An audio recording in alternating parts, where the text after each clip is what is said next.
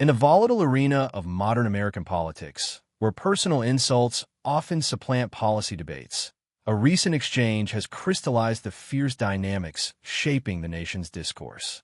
When President Donald Trump, a master of the political broadside, aimed a familiar insult at Texas Congresswoman Jasmine Crockett, he likely anticipated a routine news cycle. Instead, he ignited a firestorm, met not with a defensive crouch, but with a blistering, multi-pronged counteroffensive that has elevated the Democratic lawmaker's national profile and offered a case study in how to combat the Trumpian style of political warfare. The flashpoint occurred during a CNBC interview, where the former president, in his characteristic off-the-cuff manner, dismissed the Texas Democrat as a low IQ person. In a move that blended condescension with a peculiar historical flourish, Trump mockingly questioned her lineage, wondering aloud if she was related to the late, great Davy Crockett, the 19th century frontiersman and politician. "You have this woman, Crockett, very low IQ person," Trump reiterated, driving the point home. "Somebody said the other day she's one of the leaders of the party." I said, "You got to be kidding." For any other politician, such a direct assault from a former commander-in-chief might have been a damaging, difficult-to-navigate moment. But for Jasmine Crockett, a former civil rights attorney and public defender whose career was forged in the crucible of courtroom battles, it was an opening. Her response was not just a clapback. It was a strategic deconstruction of Trump's methods, a scalding critique of his record, and a defiant assertion of her own political identity. In a subsequent, widely circulated interview with CNN, Crockett transformed the personal insult into a powerful political narrative, one that resonated far beyond the confines of a typical cable news segment. This confrontation, seemingly just another skirmish in the endless political culture war, represents far more. It is a microcosm of the larger battle for America's political soul, pitting Trump's brand of populist pugilism against a new generation of Democratic leaders who are unapologetically combative and media-savvy.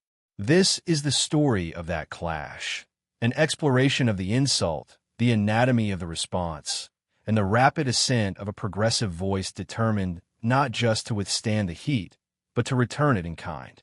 To understand the significance of Crockett's reaction, one must first dissect the nature of Trump's attack. The low IQ label is not a novel invention in his rhetorical arsenal. It is perhaps his most favored and frequently deployed cudgel, particularly against opponents who are women, people of color, or members of the media. From broadcast journalists and political pundits to his own former Secretary of State, Rex Tillerson, Trump has repeatedly used accusations of low intelligence as a way to delegitimize and dismiss his critics without engaging with the substance of their arguments. You're watching the latest? Make sure to subscribe and tap that like button to stay informed. However, when aimed at a black woman like Congresswoman Crockett, the insult carries an additional, more sinister weight. Crockett herself was quick to identify and expose this undercurrent, arguing that Trump's language was not merely dismissive, but was steeped in racially coded tropes. She highlighted that this was a common insult when it comes to people of color, pointing to his recent use of the same slur against the influential radio host Charlamagne tha God. By doing so, Crockett elevated the conversation from a personal spat to a broader commentary on what she describes as a clear and consistent pattern of disrespect from the former president toward minority communities. Her argument was clear. This was not a random jab, but a calculated dog whistle, designed to resonate with certain segments of the electorate while simultaneously undermining the credibility of a prominent black leader. She challenged the notion that his rhetoric could be divorced from his policies and worldview, stating bluntly, "This is a person that has a problem with people of color, period." With this statement, she directly confronted the Black MAGA movement, suggesting that a few supporters with hats could not erase what she sees as a deep-seated and demonstrable prejudice. The peculiar reference to Davy Crockett added another layer of complexity. While on the surface it appeared to be a ham-fisted attempt at a historical comparison, it also served to frame Jasmine Crockett as an unworthy successor to a name associated with a certain kind of white, masculine American folklore. It was a subtle, almost bizarre, way of implying she did not belong in the same historical or political conversation, a theme that often runs through nationalist and populist rhetoric. Representative Crockett's response was a masterwork of political jujitsu, absorbing the force of Trump's attack and redirecting it back with greater impact. She refused to be drawn into a debate about her own intelligence. Instead, she pivoted, turning the conversation toward a subject where she felt Trump was far more vulnerable: the competence and character of his own administration. Her first move was to reframe the definition of low IQ. She painted a devastating picture of the Trump cabinet, describing it as arguably the most incompetent cabinet we have ever had in the history of this country. This was not just a talking point. She substantiated it with a vivid and relatable example of technological illiteracy at the highest levels of power. She described officials with the authority to recommend or order military strikes who, she claimed, literally don't know how to get the signal chat. The signal chat reference was a particularly sharp and modern barb. Signal is a well-known encrypted messaging app used by journalists, activists, and security-conscious officials worldwide. The implication was damning: that individuals entrusted with the nation's most profound secrets and deadliest weapons were fundamentally out of touch with basic modern technology, a stark symbol of a broader incompetence. This critique flipped the script entirely. Suddenly, the debate was no longer about Crockett's intelligence, but about the functional intelligence and basic capabilities of those Trump had appointed to govern. She argued that the only qualification that seemed to matter in his administration was loyalty to him and an alignment with right-wing media networks. Furthermore, Crockett deftly connected Trump's personal insults to his policy actions.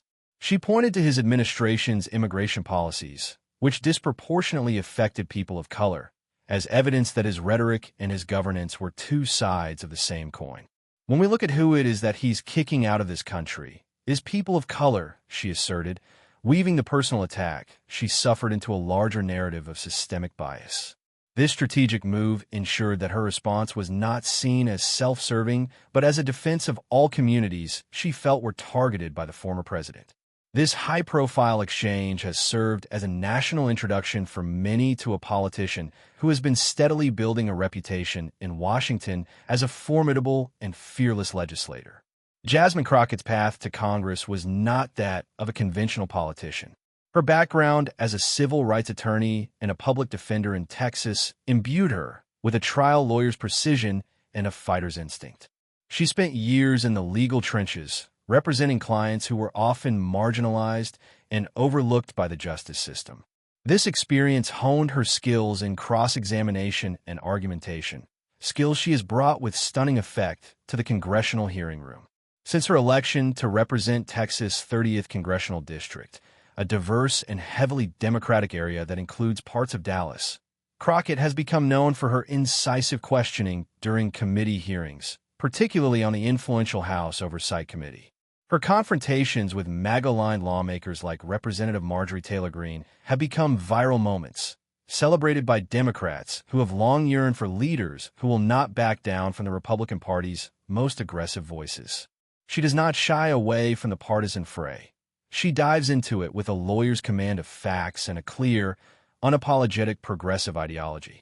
Her style is a departure from the more cautious and consensus-seeking approach of older generations of Democratic leaders. Crockett represents a new wave of politicians who view the current political landscape as an existential battle where politeness and decorum must sometimes take a backseat to direct and forceful CONF.